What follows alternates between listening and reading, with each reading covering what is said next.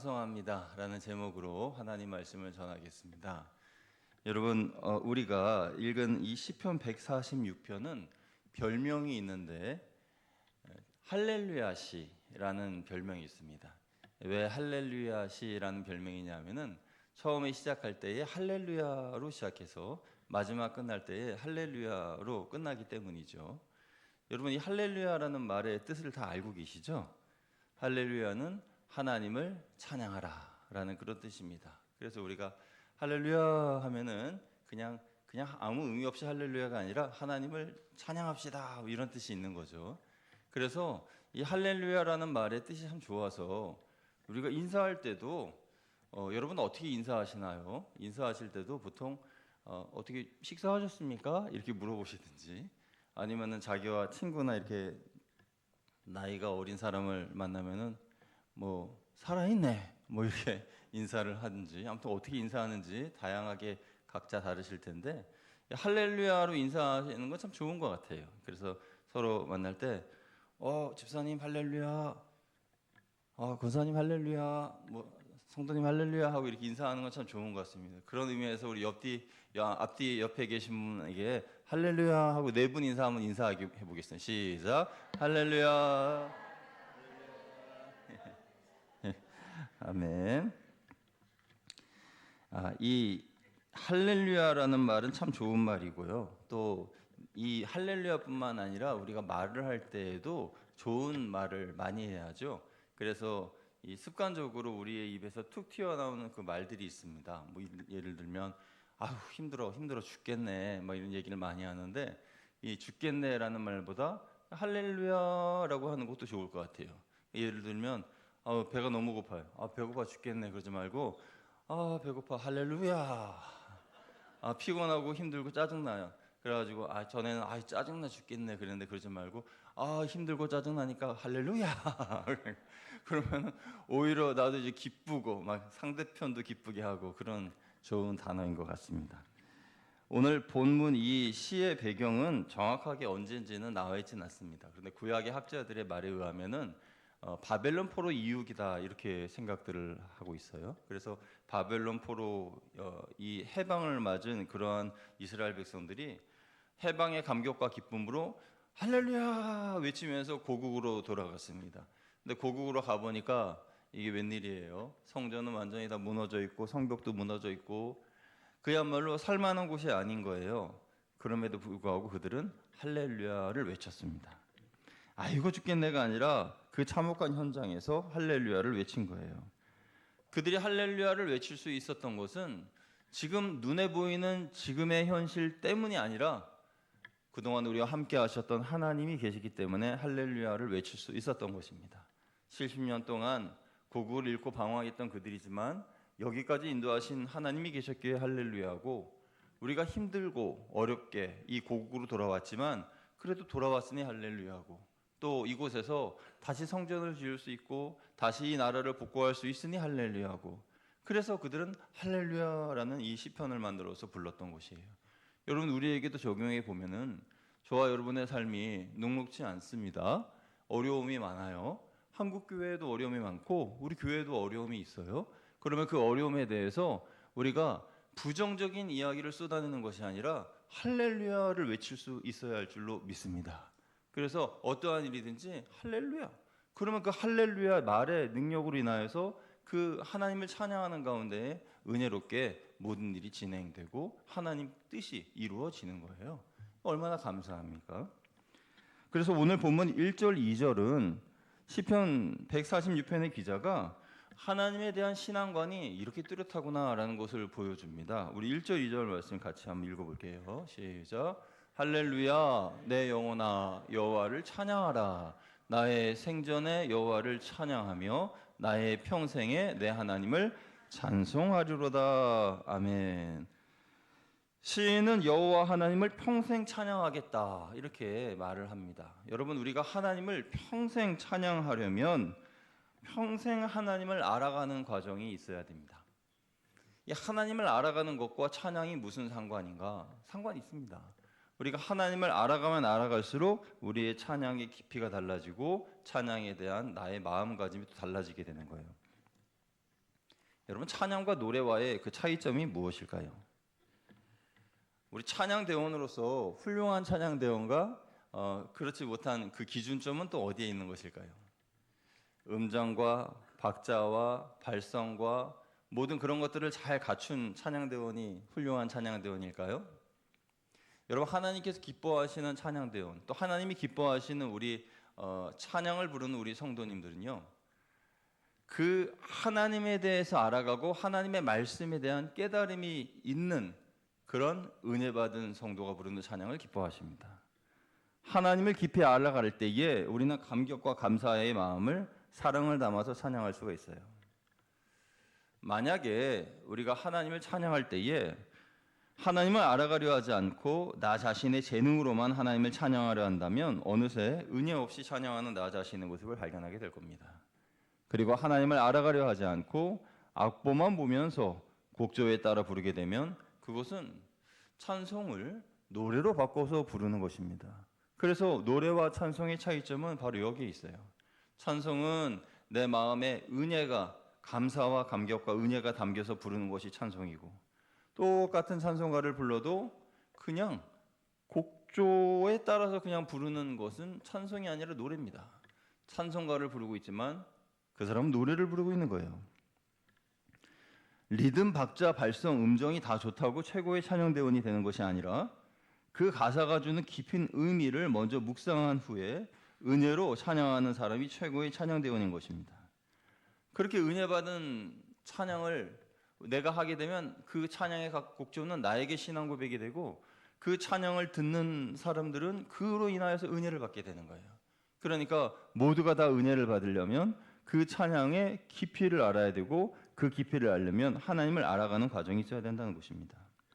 그래서 오늘 본문의 시인은 두 번째로 자신은 오직 하나님께만 소망을 두겠다라고 말하고 있는데요. 3절에서 5절까지의 말씀 같이 읽어보겠습니다. 3, 4, 5절 시작. 귀인들을 의지하지 말며 도울 힘이 없는 인생도 의지하지 말지니 그의 호흡이 끊어지면 흙으로 돌아가서 그날에 그의 생각이 소멸하리로다. 야곱의 하나님을 자기의 도움으로 삼으며 여호와 자기 하나님에게 자기의 소망을 두는 자는 복이 있도다. 아멘. 하나님을 아는 이 시편 기자의 고백인 거죠. 왜냐하면 소망을 어디에다 두어야 하는지를 정확하게 알고 있기 때문에 그렇습니다. 사람은 아무리 그 사람이 귀인이라 할지라도 그 사람이 내 인생의 보증수표와 같은 사람이라 할지라도 사람을 의지하면 안 됩니다. 왜냐하면 그 사람이 흙으로 돌아가는 순간 나의 보증수표도 사라지고 나의 모든 소망도 다 사라지기 때문이에요. 왜냐하면 인간은 유한한 존재이기 때문에 그렇죠.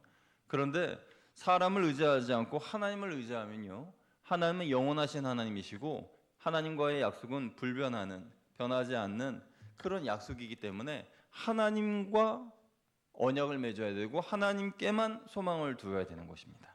그래서 시인은 하나님께만 소망을 두라라고 말을 하고 있는 것이죠. 여러분, 그런데 5절에 보면은 시인은 야곱의 하나님에게 너의 도움과 소망을 두라 이렇게 말씀하고 있어요. 왜 야곱의 하나님에게 소망을 두라라고 말하는 것일까요? 그것은 이 야곱과 하나님과의 관계성 때문에 그렇습니다. 야곱과 하나님은 어떠한 관계성이 있고 그 둘 사이에는 어떠한 서사가 있는 걸까요? 여러분, 야곱의 이름을 한번 생각해 보겠습니다. 야곱은요, 발 뒤꿈치를 잡고 나온 자, 발꿈치를 잡고 나온 자라는 그런 이름의 뜻이 있습니다. 그러니까 그 형 에서가 먼저 나왔을 때에 자기가 먼저 나가려고 하다가 형이 먼저 나가니까 그 형의 발꿈치를 잡았어요. 먼저 나가려고. 그런데 어쩔 수 없이 뒤에 나오게 되었죠. 그래서 이름이 발꿈치를 잡은 자예요. 그런데 에서의 이 야곱의 또 다른 이름은 속이는 자라는 뜻입니다. 속이는 자. 그러니까 이 두 가지의 이름의 뜻을 가지고 있는 것이죠. 그래서 야곱은 형을 속여서 장자권을 빼앗는 일에 성공했지만 그 일로 인하여서 20년 동안 떠돌아다녀야만 했습니다. 그야말로 자기 꾀에 자기가 속아 넘어간 꼴이 되었습니다. 또한 자기보다 더 꾀가 많은 외삼촌 라반을 만났어요. 와, 이거 뭐 뛰는 모 위에 나는 뭐 있다고? 그러니까 외삼촌 라반에게 거듭 속기만 했습니다. 참 피곤한 인생을 살았죠. 그런데 그런 그에게 인생 역전의 순간이 있었는데 그거는 야복 강가에서 하나님과의 씨름에서 하나님을 이기게 된 것이죠. 비록 자신의 허벅지 관절이 부러지는 그런 일이 있어도 하나님을 붙잡고 놓치지 않아서 그의 이름이 야곱에서 이스라엘로 바뀌게 되었어요. 그러니까 하나님께서 일부러 져주신 거예요. 야곱의 그 간절한 기도와 그 부르짖음을 보시고 하나님이 져주신 겁니다. 그래서 이스라엘이라는 이름을 주셨는데 그 이스라엘의 이름은 하나님과 겨루어 이겼다라는 그런 뜻입니다. 하나님과 겨루어 이겼다. 그는 하나님과 씨름하다가 자기의 허벅지 관절이 부러졌지만 결국 하나님을 만났으니 목적을 달성한 것이죠. 하나님은 그런 그에게 이겼다고 인정해 주셨고요. 창세기 32장 28절에 그 내용이 이렇게 기록되어 있습니다. 우리 같이 한번 읽어보죠. 시작. 그가 이르되 내 이름을 다시는 야곱이라 부를 것이 아니요 이스라엘이라 부를 것이니 이는 내가 하나님과 및 사람들과 겨루어 이겼음이니라. 아멘. 이때가 야곱의 인생의 전환점이었습니다. 야곱이라는 이름으로 살아왔던 험난한 인생의 사람이 이스라엘이라는 이름의 새로운 삶을 시작하는 순간인 것이죠. 많은 사람들이 욕망의 뼈가 부러져야 그때 진정한 새로운 삶을 살게 되는 것을 봅니다. 이런 야곱의 모습을 우리는 많이 닮았습니다. 그래서 시인은 야곱의 하나님을 너의 도움으로 삼으라라고 말하는데 이 말은 다시 말하면 야곱과 같은 실수를 하지 않도록 너의 속임수와 너의 인간적인 생각과 욕망을 다 버리고 꺾어버리고 하나님만을 의지하라 이런 뜻이 담겨져 있는 거예요. 그래서 야곱의 하나님을 의지하라라는 것은 너의 고집과 그 모든 것들을 다 버리고 하나님께만 소망을 두라 그런 의미가 담겨져 있다는 것입니다. 여러분 어쩌면 우리는 야복 강가에서 하나님을 만나기 위해 간절하게 기도하고 있는 야곱의 모습은 아닙니까? 아직도 여러분의 인생은 성공만을 위해 달리는 인생입니까? 그리고 하나님 없이도 얼마든지 행복하게 살 수 있다는 생각을 하고 계시는지요? 그렇다면 이스라엘이라는 이름을 받기 전에 야곱의 모습이 바로 우리들의 모습인 것입니다.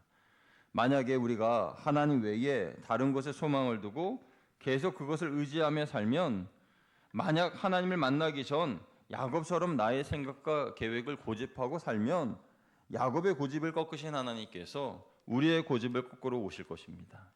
그때 내 고집과 속임수로 인하여서 내 죄악의 뼈가 부러지게 될 수도 있음을 우리는 기억해야 하는 것입니다. 그렇게 해서라도 하나님께 돌아오면 다행이죠. 그 마지막 기회마저 놓쳐버린다면 뒤늦게 후회해도 소용없는 그런 때가 될 것입니다.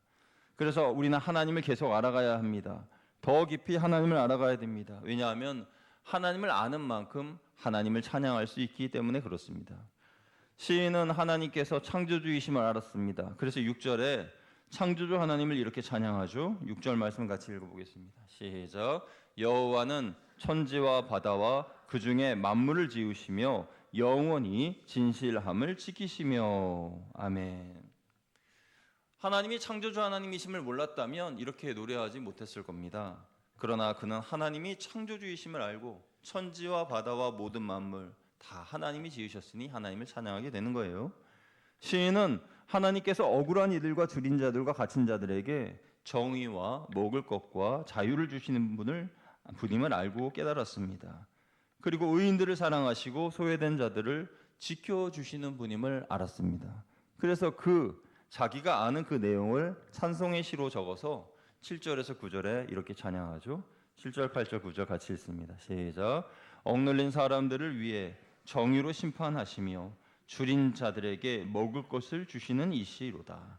여호와께서는 갇힌 자들에게 자유를 주시는도다. 여호와께서 맹인들의 눈을 여시며 여호와께서 비굴한 자들을 일으키시며 여호와께서 의인들을 사랑하시며 여호와께서 나그네들을 보호하시며 고아와 과부를 붙드시고 악인들의 길은 굽게 하시는도다. 아멘. 이것은 다 이 시인이 하나님이 어떤 분이신지를 알고 깨달은 후에 이 글을 적은 거예요. 그리고 이 내용에 대하여 찬양을 하는 거죠.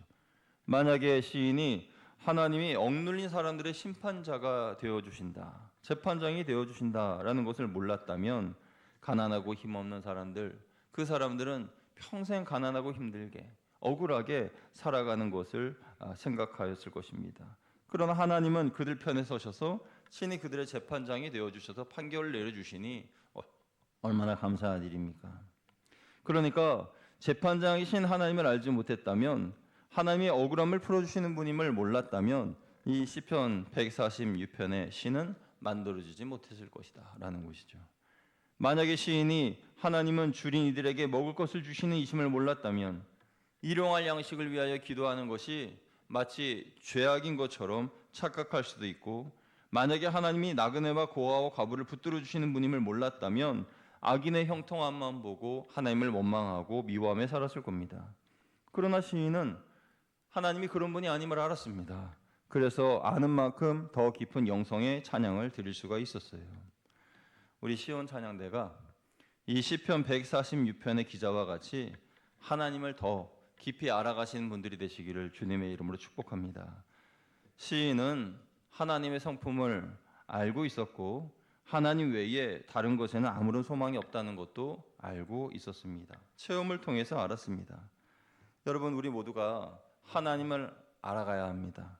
하나님을 깊이 알아가야 됩니다. 그래서 우리의 찬송에 깊이가 있어야 합니다. 우리는 하나님을 아는 만큼 하나님을 더 깊이 찬양할 수 있습니다. 오늘 함께 예배드리는 모든 성도님들께서도, 그리고 저도 마찬가지로 하나님을 더 깊이 알아감으로 말미암아 깊이 있는 찬양, 영의 찬양을 드릴 수 있기를 주님의 이름으로 축복합니다. 그러면요, 어떻게 하나님을 알아가는 겁니까? 어떻게 해야 하나님을 더 깊이 알 수가 있죠? 기본적인 말씀입니다만, 하나님을 알려면 하나님의 말씀을 읽어야 합니다. 하나님의 말씀을 마음을 열고 읽을 때 이 말씀을 오늘 내게 주신 말씀으로 믿고 읽는다면 반드시 하나님을 깊이 알게 될 것입니다. 찬양에는 다 스토리가 있어요. 우리 이 찬송가도 보면 찬송가에마다 다 스토리가 있습니다. 그래서 그 이야기로만 구성된 그런 찬송가들도 있어요. 제 찬송가는 없습니다만 이 찬송가 중에 그 밑에 해설이 있는 찬송가가 있어요. 그런 찬송가는 참 좋은 것 같아요.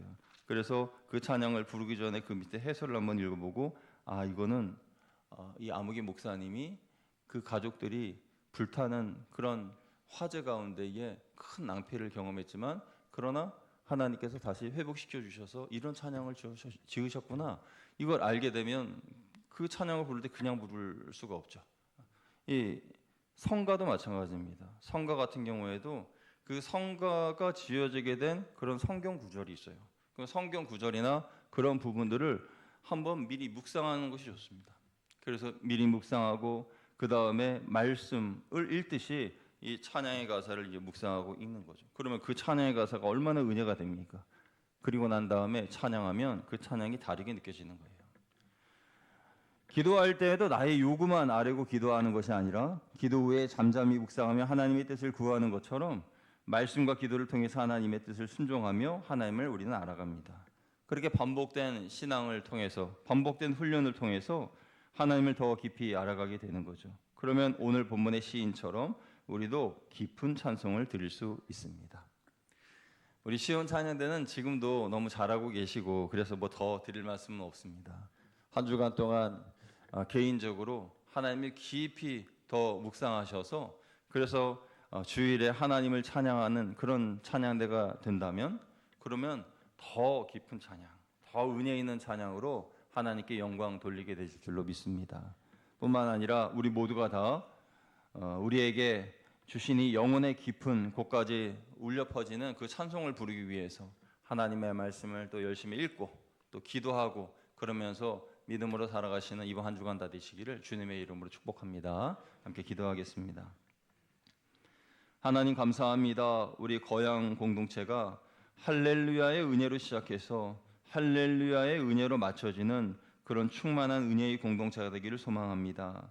이를 위해서 하나님을 더 깊이 알아 찬양하는 것도 더 깊게, 기도하는 것도 더 깊게, 하나님의 영광을 돌리는 삶을 사는 것도 더 깊이 있는 삶을 살아가는 우리 모두가 되게 하여 주시고, 모든 예배마다 찬양으로 영광 돌리는 우리 시온 찬양대에 헌신하는 이 시간, 하나님의 기쁨이 되어지는 우리 시온 찬양대 한 분 한 분 다 되실 수 있도록 인도하여 주옵소서. 우리 주 예수 그리스도의 이름으로 감사하며 기도드리옵나이다. 아멘.